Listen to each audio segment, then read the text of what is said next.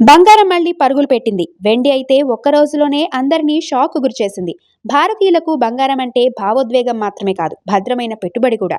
పెళ్లిళ్లు, పండుగలు, శుభకార్యాల్లో తప్పనిసరిగా ఉండే పసిడి ఇప్పుడు సామాన్యుడికి అందని స్థాయికి చేరుతోంది. అంతర్జాతీయ మార్కెట్లలో కొనసాగుతున్న అనిశ్చిత పరిస్థితులు, వాణిజ్య యుద్ధాల భయం, డాలర్ విలువలో మార్పులు, స్టాక్ మార్కెట్ల ఒడిదుడుకులు బంగారం ధరలను పైకి నడిపిస్తున్నాయి. పెట్టుబడిదారులు సేఫ్ ఆస్తిగా బంగారాన్ని ఆశ్రయించడంతో డిమాండ్ భారీగా పెరిగింది.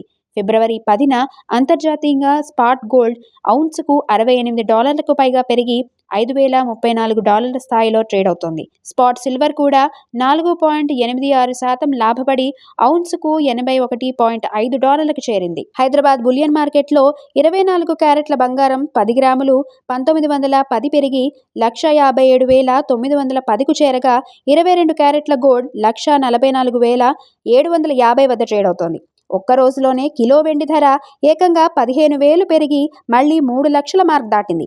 పెట్టుబడిదారులకు ఇది లాభమే అయినా కొనుగోలుదారులకు మాత్రం ఆందోళన తప్పడం లేదు.